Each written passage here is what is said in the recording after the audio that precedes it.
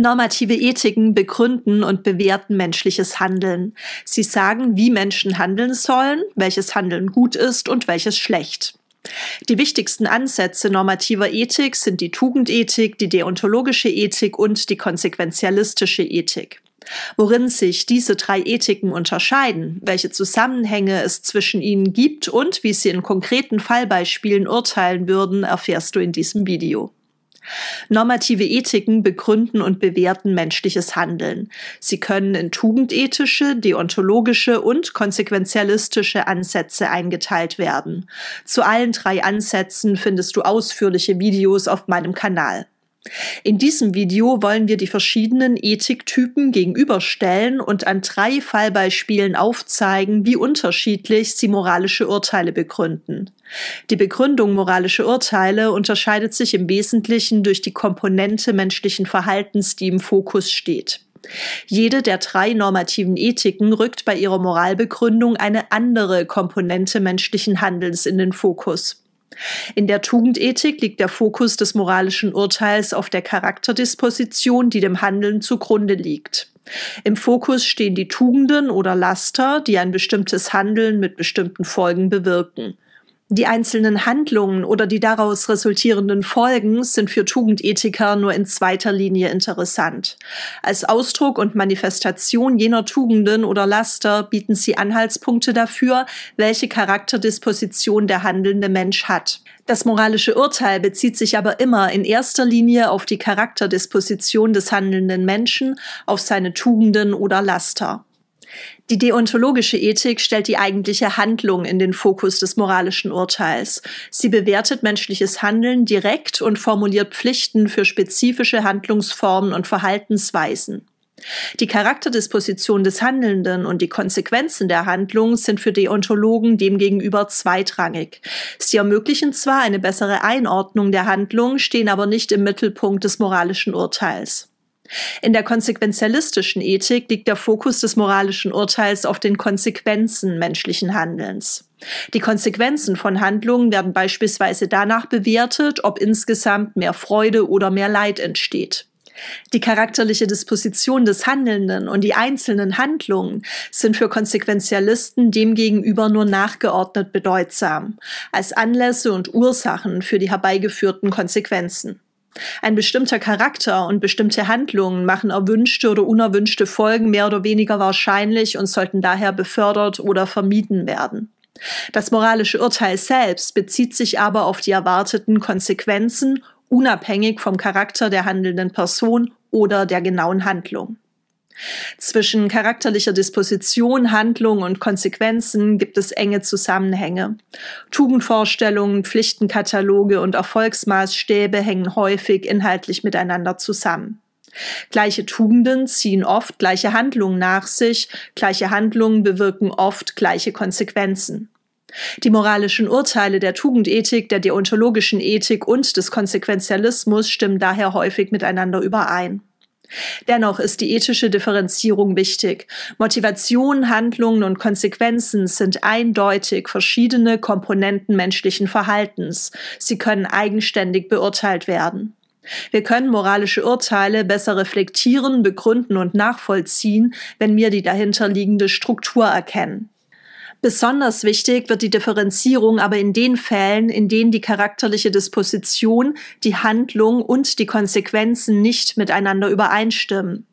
In solchen Fällen können tugendethische, deontologische oder konsequentialistische Ansätze zu unterschiedlichen moralischen Urteilen kommen. Nicht jeder missgünstige Mensch verletzt seine Pflichten und schadet anderen. Menschen lügen auch aus Höflichkeit oder weil sie andere schützen möchten. Und negative Konsequenzen können auch von tugendhaften Menschen verursacht werden und müssen nicht durch eine pflichtwidrige Handlung entstanden sein. In diesen Fällen ist von großer Bedeutung, auf welche Komponente man den Schwerpunkt legt. Erwartet man eine tugendhafte Charakterdisposition, egal in welchen Handlungen sie sich äußert oder welche Konsequenzen sie nach sich zieht? Geht es nur um die Einhaltung bestimmter Pflichten, unabhängig vom Charakter der handelnden Person oder den Konsequenzen der Handlung? Oder blickt man ausschließlich auf die Konsequenzen der Handlung und berücksichtigt weder die charakterliche Disposition noch die Einhaltung bestimmter Pflichten? Je nachdem, auf welcher der 3 Komponenten der Fokus liegt, können sich sehr unterschiedliche moralische Urteile ergeben. Als strenger Tugendethiker kann ich Tugenden wie Tapferkeit oder Treue gutheißen, auch wenn sie sich in pflichtwidrigen Handlungen und negativen Konsequenzen äußern. Als strenger Deontologe kann ich bestimmte Handlungen als geboten betrachten, auch wenn sie auf eine schlechte charakterliche Disposition zurückgehen und keine positiven Ergebnisse erwarten lassen. Als strenger Konsequentialist berücksichtige ich nur die Folgen der Handlung, selbst wenn diese von einem lasterhaften Menschen oder unter Verletzung gewisser Pflichten herbeigeführt wurden. Je nach Ethiktyp werden also verschiedene Aspekte oder Komponenten menschlichen Verhaltens diskutiert und beurteilt. Dadurch entsteht das Risiko, dass Vertreter unterschiedlicher normativer Ethiken in einer Diskussion über das richtige moralische Urteil aneinander vorbeireden. Wenn dem einen die charakterliche Disposition des Handelnden wichtig ist, dem anderen die Handlung selbst und dem dritten die Konsequenzen der Handlung, kann keine Einigkeit über ein moralisches Urteil erzielt werden. Und selbst wenn sich moralische Urteile auf dieselbe Komponente menschlichen Verhaltens beziehen, müssen sie nicht übereinstimmen. Es gibt unterschiedliche Tugenden, die in Konflikt zueinander geraten können. Es gibt unterschiedliche Pflichten, die sich widersprechen und zu Pflichtenkollisionen führen können. Auch die Einschätzung der Faktenlage kann unterschiedlich sein. Man kann beispielsweise darüber streiten, welche Folgen einer bestimmten Handlung wahrscheinlich sind. Zudem können die normativen Standards für den jeweiligen Fokus differieren. Man kann beispielsweise darüber streiten, welche Konsequenzen als positiv gewertet werden. Das größte Glück der größten Zahl oder eine größtmögliche Gleichheit aller Beteiligten. In jedem Fall hilft die Bewusstmachung der bestehenden Differenzen dabei, moralische Urteile besser zu reflektieren, zu begründen und nachzuvollziehen. Schauen wir uns einmal 3 konkrete Fallbeispiele an und überlegen, wie ein Tugendethiker, ein Deontologe und ein Konsequentialist argumentieren und urteilen würde. Lisa ist eine hilfsbereite und zuverlässige Schülerin, die anderen Menschen gerne hilft.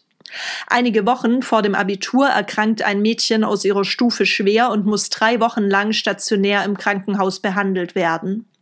Lisa, die dieselben Leistungskurse belegt wie das erkrankte Mädchen, bringt ihr jeden Tag nach der Schule die Aufschriebe und Materialien vorbei. An den Wochenenden erklärt Lisa ihrer Mitschülerin den verpassten Stoff und lernt mit ihr aufs Abitur. Nach der Entlassung aus dem Krankenhaus kann das Mädchen mühelos dem Unterricht folgen und besteht ohne Probleme ihr Abitur. Alle 3 normativen Ethiken wären sich einig darüber, dass das Verhalten von Lisa moralisch richtig und lobenswert ist. Ein Tugendethiker, ein Deontologe und ein Konsequentialist würden bei ihrer moralischen Beurteilung aber unterschiedliche Komponenten ins Auge fassen. Der Tugendethiker würde Lisas Tugenden, ihre Hilfsbereitschaft und Zuverlässigkeit loben. Lisa verfügt über eine positive charakterliche Ausstattung, über einen tugendhaften Charakter. Ihr Handeln und die dadurch entstandenen positiven Konsequenzen sind Ausdruck dieses guten, tugendhaften Charakters. Der Deontologe würde Lisas konkrete Handlung, ihre Hilfe beim Nachholen und Lernen positiv bewerten. Lisa erfüllt ihre moralische Pflicht, Menschen in Not zu helfen. Der Konsequentialist würde vor allem auf die positiven Konsequenzen von Lisas Handeln blicken. Dass Lisas Mitschülerin dem Unterricht besser folgen kann und ihr Abitur mühelos besteht, kann, zumindest teilweise, auf Lisas Hilfe und Unterstützung zurückgeführt werden. In diesem Beispiel sind sowohl die charakterliche Disposition als auch die Handlung und die Konsequenzen positiv. Entsprechend würden Tugendethiker, Deontologen und Konsequentialisten das Verhalten als moralisch positiv bewerten. Die 3 Komponenten von Lisas Verhalten lassen sich recht eindeutig identifizieren. Ihre Hilfsbereitschaft ist die maßgebliche Motivation, ihre Hilfe die eigentliche Handlung und der Erfolg der Mitschülerin die Konsequenz. Alle 3 Perspektiven würden Lisas Verhalten positiv bewerten, wenn auch aus unterschiedlichen Gründen und mit unterschiedlichem Fokus. Peter ist ein missgünstiger Schüler, der die Erfolge seiner Mitschüler schwer ertragen kann. Einige Monate vor dem Abitur kommt ein neuer Schüler an Peters Schule. Dieser belegt dieselben Leistungskurse wie Peter. Der neue Schüler schreibt in allen Klausuren sehr gute Noten, was in Peter heftige Neidgefühle auslöst. Peter hat den neuen Schüler von Anfang an in keiner Form unterstützt. Als dieser ihn nach 2-wöchiger Krankheit bittet, ihm den Stoff für die nächste Biologieklausur mitzuteilen und ihm die verpassten Materialien und Aufschriebe zur Verfügung zu stellen, gibt Peter ihm bewusst falsche Informationen sowie Unterlagen zu einem anderen Thema aus dem letzten Schuljahr. Peters Mitschüler schreibt daraufhin 0 Notenpunkte in der Klausur. Dadurch wird er den benötigten NC für ein Medizinstudium auch bei größter Anstrengung nicht mehr erreichen können. Er stürzt in ein tiefes Loch, verliert jede Motivation und fällt schließlich durchs Abitur. Alle 3 normativen Ethiken wären sich einig darüber, dass das Verhalten von Peter moralisch verwerflich ist. Ein Tugendethiker, ein Deontologe und ein Konsequenzialist würden aber unterschiedliche Komponenten von Peters Verhalten bewerten. Für den Tugendethiker wären Peters Neid und Missgunst das wesentliche Problem. Er würde vorrangig Peters charakterliche Ausstattung, seine Laster, als negativ bewerten. Peter ist neidisch und zeigt keinerlei Empathie oder Mitgefühl für die Notlage seines Mitschülers. Er ist unehrlich, missgünstig und hat Freude am Missgeschick anderer Menschen. Peters Handlungen sind Zeichen seines schlechten, seines lasterhaften Charakters. Für den Deontologen wäre Peters Lüge das Hauptproblem. Er würde vor allem die konkrete Handlung von Peter als negativ bewerten. Diese widerspricht der moralischen Pflicht, die Wahrheit zu sagen. Neben der Pflicht zur Ehrlichkeit verletzt Peter mit seinem Verhalten außerdem die Pflicht, Menschen in Not zu helfen. Der Konsequenzialist würde vor allem auf die Konsequenzen von Peters Verhalten blicken. Dass Peters Mitschüler eine sehr schlechte Noten schreiben würde, war vorherzusehen. Auch die weiteren negativen Folgen, das verpasste Medizinstudium, der Motivationsverlust, das Nichtbestehen des Abiturs, können, zumindest teilweise, auf Peters Verhalten zurückgeführt werden. In diesem Beispiel sind sowohl die charakterliche Disposition als auch die Handlung und die Konsequenzen negativ. Entsprechend würden Tugendethiker, Deontologen und Konsequenzialisten das Verhalten moralisch ablehnen. Und wieder lassen sich die 3 Komponenten von Peters Verhalten recht eindeutig identifizieren. Sein Neid ist die maßgebliche Motivation, seine Lüge die eigentliche Handlung und die verpatzte Klausur die Konsequenz. Reginald Rott ist ein skrupelloser Krimineller, der ohne Mitleid den eigenen Vorteil sucht. Als ihm eines Tages ein Tipp gegeben wird, wie er auf sicherem Wege eine nahegelegene Bankfiliale ausrauben kann, wird Rott von starker Habgier erfasst, in einfacher Weise an eine beträchtliche Geldmenge zu gelangen. Eine Weile späht er das fragliche Objekt aus, um die beste Möglichkeit für einen Überfall auszukundschaften.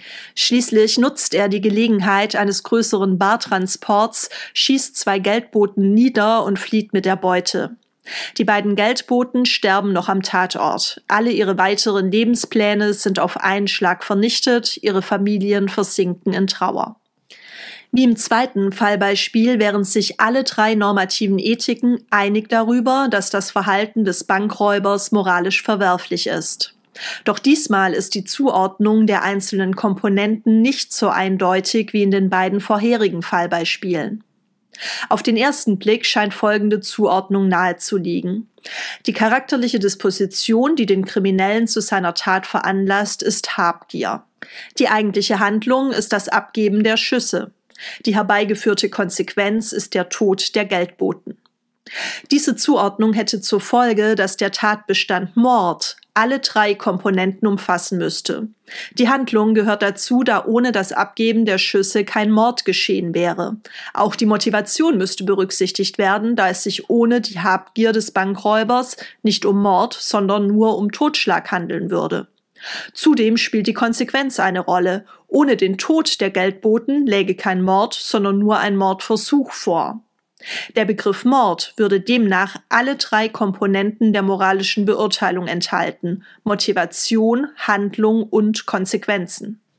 Es wäre aber auch eine andere Zuordnung denkbar.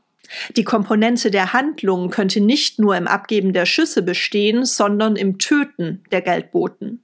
Dann wäre die vorige Konsequenz der Handlung, der Tod der beiden Geldboten, bereits in der Handlung enthalten. Als Konsequenz könnten in der alternativen Zuordnung die ferneren Folgen dieser Tat gelten, die Vernichtung aller Lebenspläne der beiden Geldboten sowie das Leid und die Trauer ihrer Familien. Auch die Habgier des Räubers könnte bereits in die Handlung einbezogen werden. Die Handlung wäre dann nicht mehr töten, sondern morden. Die Motivation des Täters wäre in dieser Zuordnung nicht mehr Habgier, sondern eine dauerhaftere Charakterdisposition, beispielsweise Gewaltbereitschaft und Skrupellosigkeit. Mit Fragen der Abgrenzung von Motivation, Handlung und Konsequenz beschäftigt sich die Handlungstheorie, die ich in einem separaten Video vorstellen werde. Wichtig ist, sich darüber bewusst zu sein, dass es nicht immer einfach ist, die Grenzen zwischen Motivation, Handlung und Konsequenz zu ziehen und daher die Zuordnung der einzelnen Komponenten nicht immer eindeutig ist. Tugendethiker, Deontologen und Konsequenzialisten machen teilweise unterschiedliche Vorschläge für diese Grenzziehungen und Zuordnungen. Dadurch kann es sogar schwierig werden, einen ethischen Ansatz überhaupt klar der Tugendethik, der Deontologie oder dem Konsequenzialismus zuzuordnen. Meistens können normative Ethiken aber, zumindest ihrer Hauptorientierung nach, einem der 3 Ethiktypen zugeordnet werden. In diesem Beispiel würde ein Tugendethiker Reginals Habgier, Gewaltbereitschaft und Skrupellosigkeit kritisieren. Ein Deontologe würde auf die Verletzung grundlegender moralischer Rechte und Pflichten hinweisen. Reginals Handlung, die Ermordung der Geldboten, verletzt die moralische Pflicht, das Leben anderer zu respektieren und zu schützen. Ein Konsequenzialist würde die katastrophalen Folgen von Reginals Handlungen betonen. Der Tod der Geldboten führt zur Auslöschung sämtlicher Lebenspläne sowie zu unermesslichem Leid für deren Familien und Freunde. Bei der metaethischen Einteilung in Tugendethik, Deontologie und Konsequenzialismus geht es im Wesentlichen darum, wo das Moralische seinen Sitz in der Welt hat, beziehungsweise welche Komponenten die eigentlichen Träger moralischer Werte sind. Liegt das Moralische in der Motivation, in der Handlung oder in der Konsequenz? Bezieht sich das moralische Urteil auf Seelenzustände, auf Taten oder auf Werke? Adam Smith bringt diese Unterscheidung prägnant zum Ausdruck. Welches Lob oder welcher Tadel auch immer einer Handlung gebühren mag, beides muss sich entweder erstens auf die Absicht und die innerste Gesinnung richten, aus der sie hervorgeht, oder zweitens auf die äußere Tat oder die Körperbewegung, welche durch diese Gesinnung veranlasst wurde, oder schließlich auf die guten oder bösen Folgen, die wirklich und tatsächlich aus ihr hervorgehen. Diese 3 verschiedenen Momente enthalten das ganze Wesen und alle bedeutungsvollen Umstände der Handlung, und in ihnen muss darum die Grundlage für jede gute oder schlechte Beschaffenheit liegen, die man der Handlung zuerkennen kann.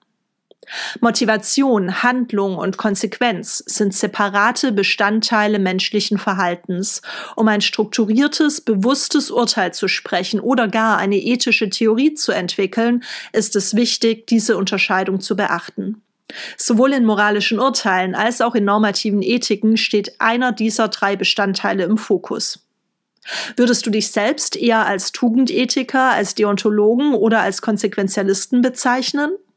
Auf welcher Komponente lag in den Fallbeispielen dein Fokus bei der moralischen Beurteilung? Mit dem Quizlet-Lernset Grundbegriffe der Ethik kannst du dein Wissen jetzt überprüfen und erweitern. Viel Spaß beim Lernen und bis bald!